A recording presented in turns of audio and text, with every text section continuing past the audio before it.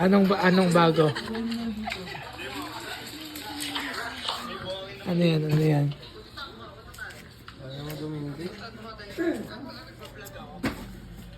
Sa mga pa parang may napasok na oxygen. Ginagawa nyo? Oh. Apo Shane, baka gusto niyo ano, kailangan ko ng extra money, guys. Please, wag mo, Wait lang. ang daming commercial. Ako si Apo Shan. Bago. Ano ba? Ano yun? Ano yun? Ano yun? So narito tayo ngayon sa bayan ni Apo Shane kung saan isa na naman pong babae ang kanyang tinatatakan. Ayan. Natatakan. Kung makikita po natin sa gawing kanan, ang pangalan ni Apong Shane ay kanyang inilalagay. Itong babaeng ito ay natagpo ang nakatayo lamang sa gilid ng kahoyan. At ang meaning po ng tatlong dot na inyong mapapansin ay Illuminati ni Apong Shane. Yun ang pangalan ng title nyo. Sa unang bilog, mapapansin natin na hindi pantay ang kanyang pagkaka... Eh, huwag ka makulit! Guys, Ang meaning po ng bilog na yan ay kamalasan. wait. Kamalasan ng isang...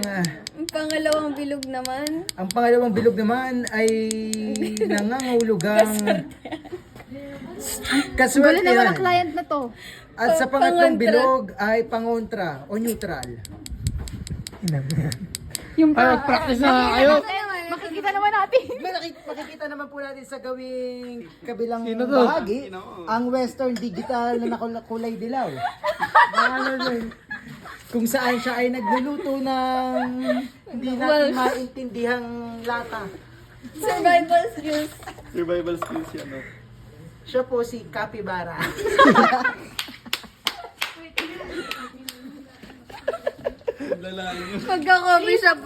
Magka-coffee shop, tapos ang pangalan kape-kape ba? Capybara.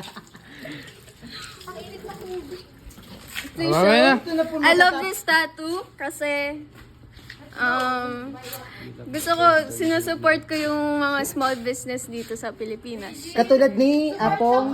Apo Shane. Kaano po niya si Apong Shane? Okay, Ay, galit na, leader. Pasensya na po, nagkaroon lang po ng miss. Tattoo artist ko siya. Ayan, tattoo artist daw po niya si Apong Shane. Ilang taon na po kayo ni Apong Shane? Na tattoo artist? Mga dalawang sem po. Dalawang sem na daw po ang kanyang tinagal kay...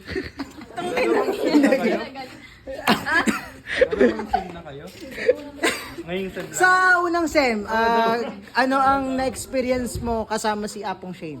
Ito pong tattoo lang. Ayan, tattoo lang daw. New experience siya. Tama na! Tara na, puro ka kagagawa.